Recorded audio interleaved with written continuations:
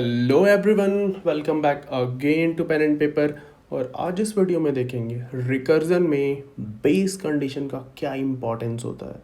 तो हमने ऑलरेडी कुछ कुछ डिस्कस कर रखे हैं, वापस यहाँ लिखेंगे क्या इंपॉर्टेंस हमारे बेस केस का। पहला कि इनफाइनाइट फंक्शन कॉल अवॉइड करता है, ये इनफाइनाइट फंक्शन कॉल नहीं होने देता। दूसरा, स्टैक ओवरफ्लो एक्सेप्शन नहीं आने देता, स्टैक ओवरफ्लो एक्सेप्शन नहीं आने देता।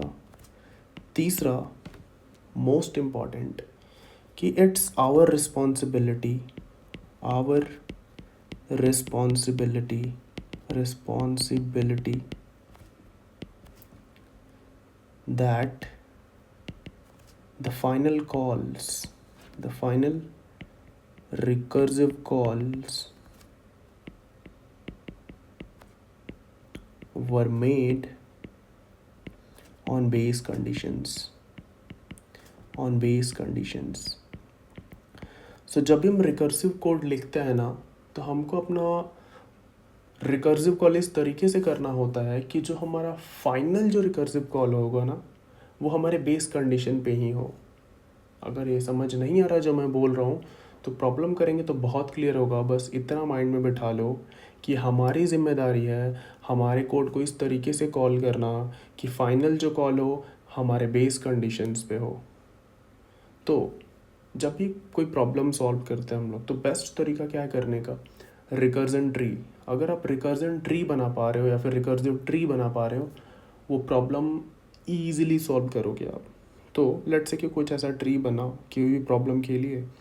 हमारा बेसिकली क्या होता है, अगर रिकर्सिव फंक्शन का टेम्पलेट अगर हम देख रखे हैं, तो हमारा फंक्शन होता है, कुछ पैरामीटर होता है, ये कुछ भी रिटर्न हो सकता है, फिर वॉइड हो सकता है। दो चीज़ होता है, एक तो हमें बेस केस हैंडल करना होता है, एंड नेक्स्ट चीज़ की कुछ लॉजिक हैंडल करते हैं हम। Base case and logic, that's all. कोई भी रिकर्जन मेथड इसी टेम्पलेट पे फॉर्म्ड होता है। अब इसका होगा क्या, अब इसका मतलब क्या है कि जब हम रिकर्जन ट्री बनाएंगे तो किसी न किसी इनपुट पे कॉल करेंगे, इसके बाद फर्दर किसी और इनपुट पे कॉल करेंगे, TATB समथिंग, इसके बाद फिर से कॉल करेंगे। लेट्स से कि हमारा कुछ ऐसा रिकर्सिव ट्री बनता है TE। तो यहाँ पे देखोगे ना, अगर आप यहाँ पे देखोगे, जस्ट इमेजिन कर लो कि ये रिकर्सिव ट्री बना हमारा रिकर्सिव मेथड के लिए। तो जो भी हमारा जो लीफ नोड होगा ना ट्री का, यहाँ पे बेस केस हैंडल होगा,